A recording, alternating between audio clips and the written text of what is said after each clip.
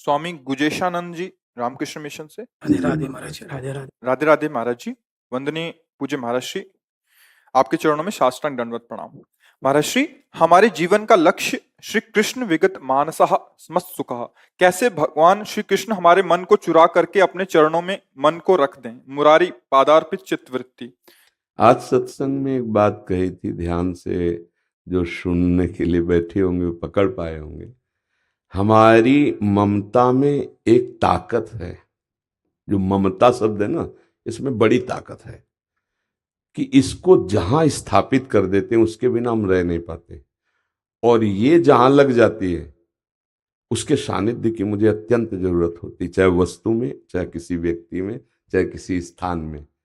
जैसे आपसे ममता हो जाए तो बिछुरत एक प्राण हरि लेहि, फिर आपसे बिछुड़ना पसंद नहीं आएगा। अभी ममता हमारी श्री कृष्ण पादाम्बुज में अर्पित नहीं हुई, बात समझना। नहीं, वो ममता श्री कृष्ण को विवश कर देगी।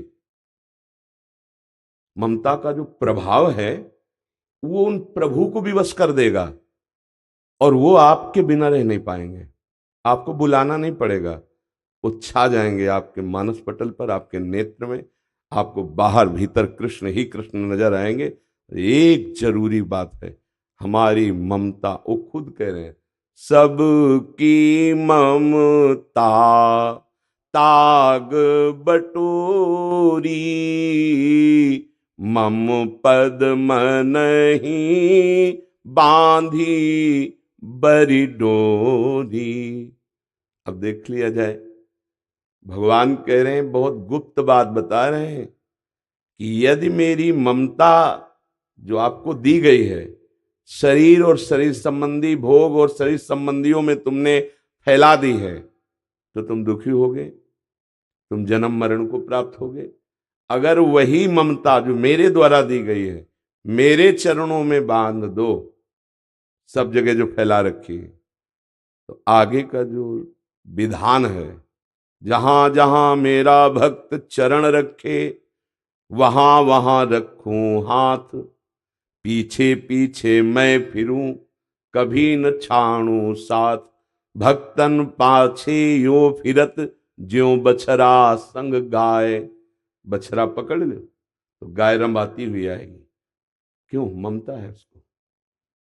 प्रभु अहम भक्त पराधीनो अस्वतंत्र इव द्विज।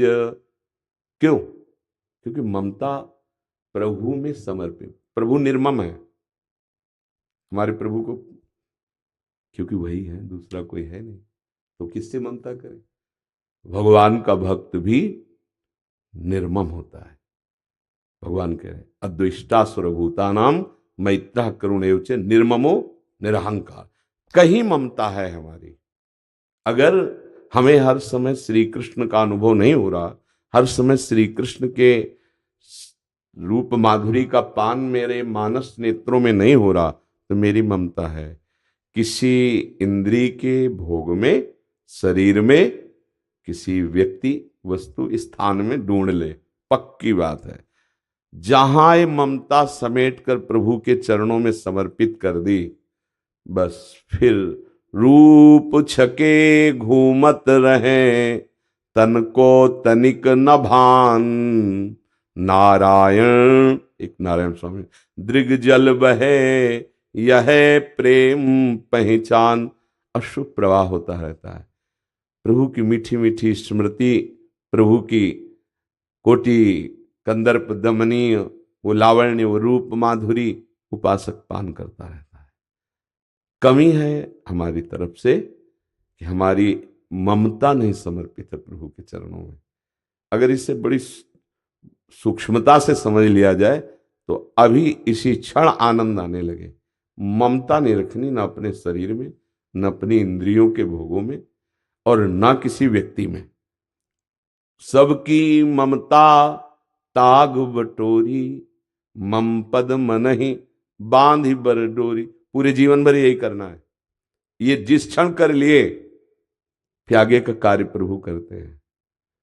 वो समदर्शी बना देते हैं, वो इच्छा रहित कर देते हैं, हर्ष शोक रहित कर देते हैं, निर्भय कर देते हैं। उसे करऊं सद्यते साधु समाना, मैं उसे संत बना देता हूं। ममता समर्पण करने की जरूरत है। अगर ममता कहीं है तो दुख सुख का थप्पड़ लगेगा, पहचान है। अगर कहीं ममता है तो मान अपमान का बोध होगा। अगर ममता प्रभु के चरणों में समर्पित हो गई, फिर नहीं, फिर जब ममता ही नहीं तो सुख दुख किसको हो रहा है, फिर मान अपमान किसको।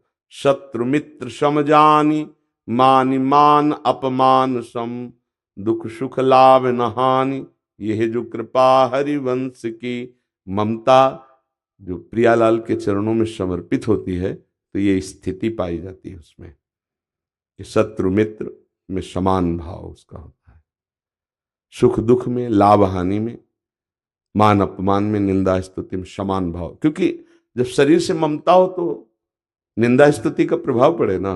ममता तो चली गई प्रभु के चरणों में, अब क्या।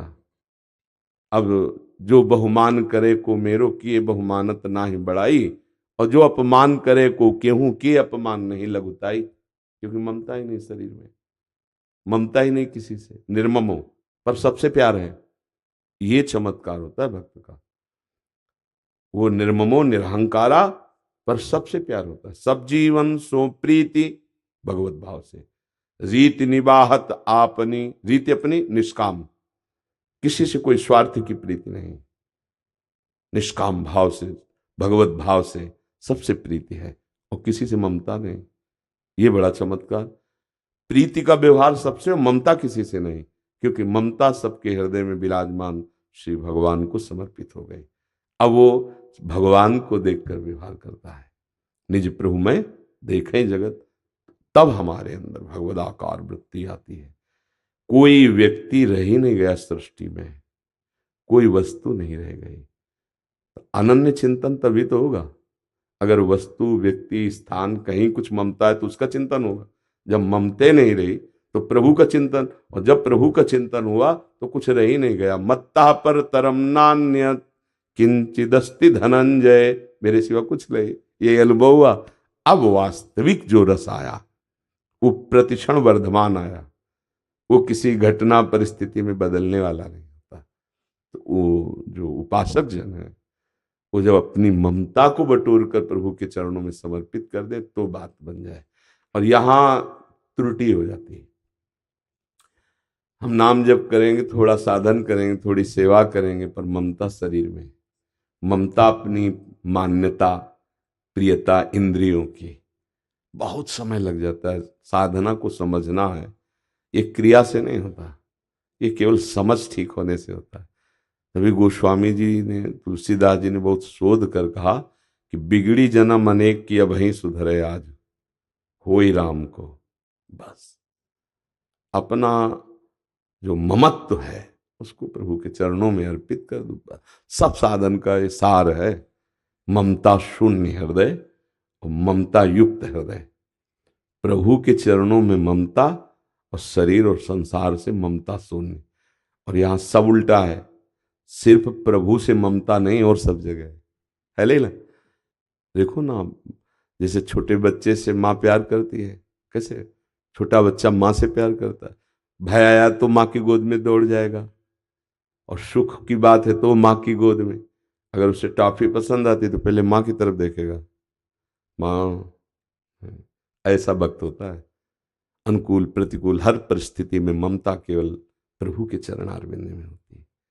वो प्रभु की तरफ देखता है। अभी हमारी प्रभु से ममता शून्य और सब ममता है, और उपासक की समस्त जगत से ममता शून्य। निर्ममो निरहंकारा सम दुखा सुखा क्षमी, क्षमावान, सुख दुख में समान भाव, किसी में कोई दोष दर्शन नहीं, करुणा मैत्री का सबसे व्यवहार, पर कहीं ममता अहंकार नहीं। ये भक्त का स्वरूप है। इसलिए नाम जप और अपनी ममता को धीरे धीरे चुन चुन के प्रभु के चरणों में समर्पित करना, जीवन लग जाता है। अगर सही बात बैठ जाए दिमाग में तो पलटने में 1 मिनट लगता है। बस दिमाग में बैठा लिया गया प्रभु के सिवा। पर ये बैठना कठिन होता है। देखो ना, लगे तो है, इस हम लेके चले अपनी ममता को बटोर कर प्रभु के चरणों में, वो कहीं फैल जाती है, देख लो, फिर कहीं फंस जाते हैं। हम उसको ठीक ठिकाने पर चढ़ा नहीं पाते, समर्पित नहीं कर पा। और उन्होंने सिर्फ कहा है मम पद मन ही बांध पर, मेरे चरणों में बस। अब हम लेके चलते हैं, जैसे अपने लोग संत भाव में निकले, गृहस्थ हो या विरक्त, ममता तो देनी पड़ेगी प्रभु के चरणों में। जैसे अपने लोग चले तो विविध प्रकार की समाज, विविध प्रकार के उसमें फंस जाते हैं।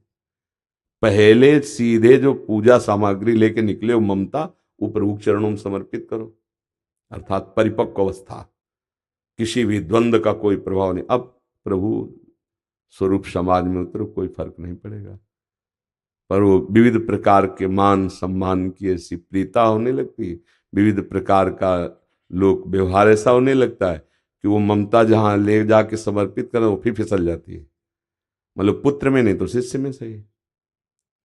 बड़ा विचित्र खेल है ममता का। अगर वहां तक नहीं पहुंची तो फिसल के कहीं भी लग सकती है, कहीं भी। मतलब एक ईंट में भी ममता हो सकती है, कहीं भी ममता, कमंडल में हो सकती है, लंगोटी में हो सकती है, हिरन के बच्चे में हो गई, हिरन बनना पड़ा। इसको पहला काम कि सीधे अपने आराध्य देव में, वो कोई बिरला ही होता है जो लक्ष्य में जाके ममता समर्पित कर दे। नहीं, इतना मनोरंजन है लक्ष्य तक पहुंच नहीं पाता, निकला तो, पर मनोरंजन इतना जोर का माया फेंक देती है ना, सब फ्री, खाओ पियो भोगो देखो, ऐसा फंस गया। वो ममता वहां तक नहीं पहुंचे, इसीलिए बहुत कठिन कहा जाता है भगवत प्राप्ति। भगवत प्राप्ति कठिन नहीं है, कठिन है प्रभु से ममता कर पाना। और ये सब गुरु के सानिध्य में, संतों के सानिध्य में सरल भाव से हो जाए, यदि हम उनकी आज्ञा पर हैं। महत् संगस्तु दुर्लभ हो पर अगम्य हो, हम उनकी आज्ञा पे नहीं रह पाते। यदि आज्ञा पे रहे तो अमोघस्य निश्चित भगवत प्राप्ति हो जाए। ममता, खास सत्संग का सार स्वरूप ममता प्रभु के चरणों में समर्पित हो जाए। अब ये देखता रहे ममता कहाँ है। जब शरीर से ममता है तो प्रभु से कहा ममता, जब शरीर संबंधियों से ममता है तो प्रभु से कहा। नाते नेह राम के मनियत सुहृद सुसेव्य जहालो, अंजन कहाँ आंख जय फूटे बहुतक कहाँ लो। वो प्यार किस काम का जो प्रभु से विमुख कर दे, जो हमारे जीवन को नष्ट कर दे। सच्ची बहुत धोखा हो जाता है। इंद्रिय मन शरीर का प्यार पूरे जीवन को बर्बाद कर देता है। बड़े भाग्यशाली है जो व्यवहार तो धर्मयुक्त करते हैं और प्यार प्रभु से करते हैं। आप लोग जैसे बैठे हो आकर के, तो प्रभु ने आप पर कृपा करी तो ये बातें सुन पा रहे हो। नहीं, बातें सुनना, ये बातें अध्यात्म की, प्रभु के मार्ग में चलना, ये दुर्लभ वस्तु है। सुत दारा धन लक्ष्मी पापियों के घर होए, संत समागम हरि कथा तुलसी दुर्लभ दोए। इस संसार में दुर्लभ यही कि भगवत प्रेमी महात्मा मिल जाए और शुद्ध सत्संग मिल जाए, आध्यात्मिक शास्त्र सम्मत। तो हम सार बात समझ पाएंगे कि क्या करना है। ये अध्यात्म है जो आपके मन को आनंद दे। इसमें किसी भी वस्तु व्यक्ति के सहयोग की जरूरत नहीं, चवन्नी की जरूरत नहीं, एक दाना की जरूरत नहीं। अरे भरण पोषण तो सबका भगवान कर रहे हैं। अध्यात्म को, उसको स्तर से नीचे मत गिराओ, अध्यात्म को नाटक मत बनाओ, अध्यात्म को व्यापार मत बनाओ, अध्यात्म को अध्यात्म रहने दो। व्यापार के लिए और भी बहुत सी बातें हैं। अध्यात्म को तो केवल भगवत प्राप्ति की, और भगवत प्राप्ति के लिए आपको कहते कुछ जरूरत नहीं। सही पूछो तो हर जरूरत मिटा देना ही भगवत प्राप्ति है। जा ही न चाहिए कबहु कछु, तो तुम सन सहज सने, और बसो निरंतर तासुर सोराउर निजगे। ना श्रोता भगवान को प्राप्त करना चाहता है और न वक्ता चाहता है। आजकल सत्संग में भी बोला, बड़ा दुख होता है। अध्यात्म मंच पर बैठकर प्रपंच, अध्यात्म मंच पर बैठकर प्रपंच। अध्यात्म का ज्ञान ऐसे हो जाएगा क्या? नहीं भैया, अध्यात्म का जब तक विवेकवान, और विवेक कहाँ होता है? साधु महात्माओं के संग से। जब तक संतों के चरणों में नहीं बैठे, संतों की आज्ञा में नहीं बैठे तो अध्यात्म जान जाओगे? नहीं नहीं, फिर नहीं। तुम पीएचडी पढ़ के अध्यात्म नहीं जान सकते। तुम चाहे जितने बड़े विद्वान हो, अध्यात्म को समझने के लिए किसी आत्मबोधवान महापुरुष का ही आश्रय आवश्यक है, तभी आप उस विषय को, तो अध्यात्म को आप सुन रहे हैं, बड़ी हम पर कृपा कर रहे हैं, भगवत मार्ग पर चलने की सोच रहे, बड़ी कृपा कर रहे हैं, नहीं तो बड़ा दुर्लभ होता जा रहा है अध्यात्म का श्रवण और अध्यात्म का कथन। प्रपंच के लोग, संसार के, वही सुनना चाहते हैं जिससे मन जो है विषयी मन और विषयों में लग जाए, विषयी मन निराश हो जाए, विषयों की तरफ से उदास हो जाए और भगवान की तरफ उल्लसित होके चले। ये केवल सत्संग से होता है। बड़े भाग पाइप सत्संगा, बिनय प्रयास होई भवभंगा, संसार समुद्र सूख जाए, उसे सत्संग कहते हैं। ज्ञान जागृत हो जाए, सत आचरण जागृत हो जाए, भगवत प्रेम जागृत हो, तभी कहा तात स्वर्ग अपवर्ग सुख धरी तुलाय कंग तूलन ताय सकल मिल जो सुख लव सत्संग। केवल लक्ष्यदार भाषण और विविध प्रकार के मनोरंजन उससे सत्संग नहीं। मन भंजन, इंद्रिय निग्रह, मनोनिग्रह, स्वरूप बोध, भगवत प्रेम, ये सब सत्संग से होता है। आज हमारे ऋषि मुनि, ब्रह्म ऋषि जन, आचार्य जन, देखो उनकी वाणियां पढ़ो, उनकी वाणियां सुनो, तुम्हारे मोह का नाश हो जाएगा। बड़ा उपहास होने लगा है, बड़ी पीड़ा होती है। जैसे कभी कोई ऐसे सुनाए दिखाए कि देखो उनका ऐसा, तो पीड़ा होती है। भैया कल आप ही प्रमाण माने जाएंगे, क्योंकि कलयुग बढ़ता चला जा रहा है। शास्त्र क्या कह रहा है? हम अपनी वासना से प्रेरित होकर उसका अर्थ करेंगे तो अलग निकलेगा, और उपासना से प्रेरित होकर करेंगे तो उसका अर्थ अलग निकलेगा, और उपास्य देव में स्थित होकर देखेंगे तो उसका अलग अर्थ निकलेगा। शास्त्र को अपनी वासना से प्रेरित करके ना बोला जाए, उपासना या उपास्य देव में स्थित होकर ही बोला जाए। बहुत जैसे श्रीमद् भागवत है, साक्षात श्री कृष्ण प्राप्ति का स्वरूप है। अगर हम उसको जो लिखा है वैसे गायन करें, वैसे श्रवण करें, तो एक भयंकर भूत भगवत पार्षद बन करके चला गया था, धुंधकारी। श्रीमद् भागवत श्रवण मात्र से भगवत प्राप्ति, श्रीमद् भागवत श्रवण मात्र से श्री कृष्ण चरण अनुराग, संसार से वैराग्य। पर जो लिखा है बस मंत्र मंत्र होते ना, 18,000 मंत्र हैं श्रीमद् भागवत में, 18,000 जो श्लोक है ना वो मंत्र हैं। किसी को भी 18,000 श्लोक सुना दिए जाएं, चाहे जितना बड़ा पापी हो, पक्का कल्याण हो जाएगा। उसका प्रभाव है। तो चलो श्लोक समझ में नहीं आता तो श्लोक का पाठ हो गया और फिर मूल व्याख्या कर दी, जो लिखा है मूल मूल। अब देखो एकादशी स्कंद की कहां व्याख्या होती है? एकादशी स्कंद श्रीमद् भागवत व्याख्या, जो मोक्ष धर्म का साक्षात स्वरूप है, भगवत भक्ति का स्वरूप है, प्रेम का स्वरूप है। तो हमें लगता है कि अगर 4 लोग बैठकर अध्यात्म की चर्चा सुनते कलयुग में अब, तो वो प्रवक्ता पर कृपा करते हैं, कृपा करते हैं, क्योंकि मन भंजन करना अध्यात्म है। साधु महात्माओं के पास जाया जाता है मन निर्मल करने के लिए, भगवत बोध प्राप्त करने के लिए, भगवत प्रेम के लिए। हमारे आचरण कैसे होने? बोले ये आदमी संत संग करता है, देखो इसकी वाणी देखो, इसके आचरण देखो, इसका स्वभाव देखो। क्यों? बोले साधु संग करता है, उसका प्रभाव पड़ना चाहिए। अगर हमारे आचरण वैसे ही संसारिक, चाहे हजारों जगह घूमे आओ, सत्संग वो जो आपके जीवन का परिवर्तन कर दे, तो आपका सुनना सार्थक हुआ और उनको बोलना सार्थक हुआ। तो हमारी ममता प्रभु के चरणों में समर्पित हो जाए तो हमें वैसे ही प्रेम हो जाएगा जैसा हम चाहते हैं।